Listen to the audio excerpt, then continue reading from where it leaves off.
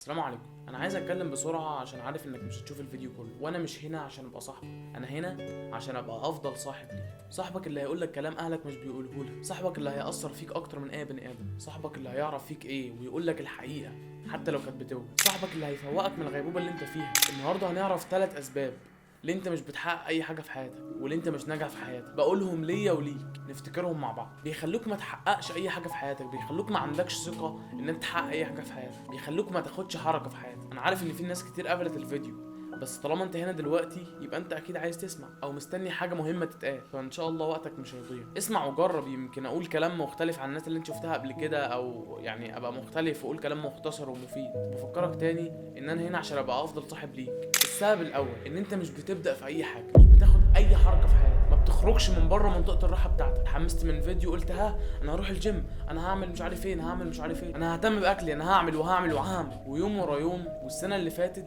اكنها امبارح وانت لسه ما بداتش.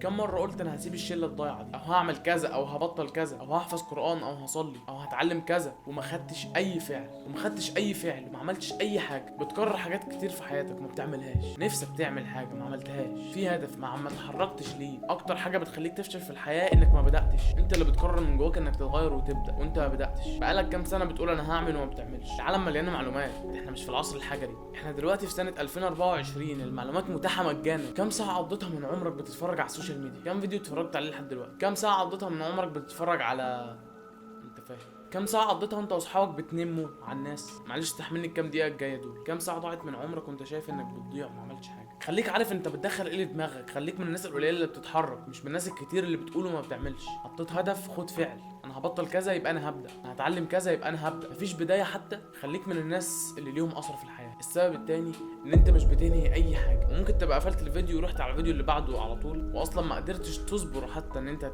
تنهي الفيديو ده اللي هو كام دقيقه. دي حاجه ممكن تغير حياتك، شفت منها 10 ثواني ولا دقيقه عشان عايزها بسرعه. انت عشان تكسب السباق لازم تبدا السباق وتنهي السباق. انهي الهدف اللي انت عملته، روح الجيم ما توقفش، استمر في ان انت بتبطل عاده معينه، انهي السباق ما تنساش. انا عارف ان ده كلام سمعته كتير قوي، بس انت ما بتكملش لحد الاخر في محاولتك. حتى لو بدات محاولتك ان انت تهتم بحياتك، محاولتك ان انت تسيب صحابك البايظين. مش هرد يا ناس يا بارده اللي بتتصلوا يا باردين. محاولتك ان انت تهتم بنفسك، محاولتك ان انت تبطل حاجه معينه. ناس كتير لما يروحوا الجيم وما بيشوفوش النتيجه اللي على جسمهم اول ما يروحوا، لان اكيد بالطبيعي مش هيحصل نتيجه فوريه، فبيستسلموا وما بيروحوش تاني، مع انهم لو كانوا كملوا كان فاضل لهم سن على الطريق. شفت الصوره بتاعت الراجل اللي بيحفر في المجوهرات؟ رجع وهو لسه فاضل له سن.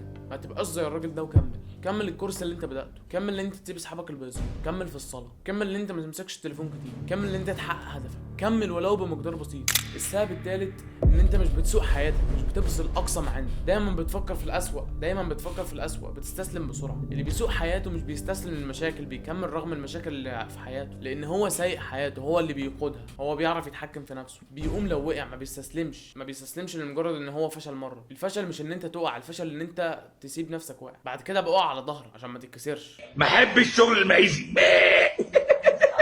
اللي بيسوق حياته بيستمر مهما حصل هو مكمل في هدفه، رغم الظروف اللي ممكن تكون مسببه له صعوبه، بس هو مكمل لان هو اللي سايق. دي من احد الاسباب اللي بتخليه ينجح. انا نفسي في كذا بس مش هعمل كذا عشان ده هيضرني بالشكل الفلاني. شوف، اسال نفسك لو عملت الحاجه دي هتضرني بايه، لو ما عملتهاش هتضرني بايه. كلنا بنقع عادي، بس حاول تقوم. اللي بيسوق حياته ايا كان هدفه هياخد ايه، ايا كان الثمن هيحققه. بس كده، دول كانوا ال3 اسباب. ال3 اسباب دول يا جماعه فعلا مهمين وبتلاقيهم في ناس كتير. انا بس جاي ادردش معاكم في الفيديو ده، وجاي افوقك فعلا، مش جاي الزمك بحاجه ولا اقول لك اعمل كذا وما تعملش كذا. انا قلت لك اللي عندي والقرار لي. اتمنى لكم الخير والتوفيق وعيد سعيد ورمضان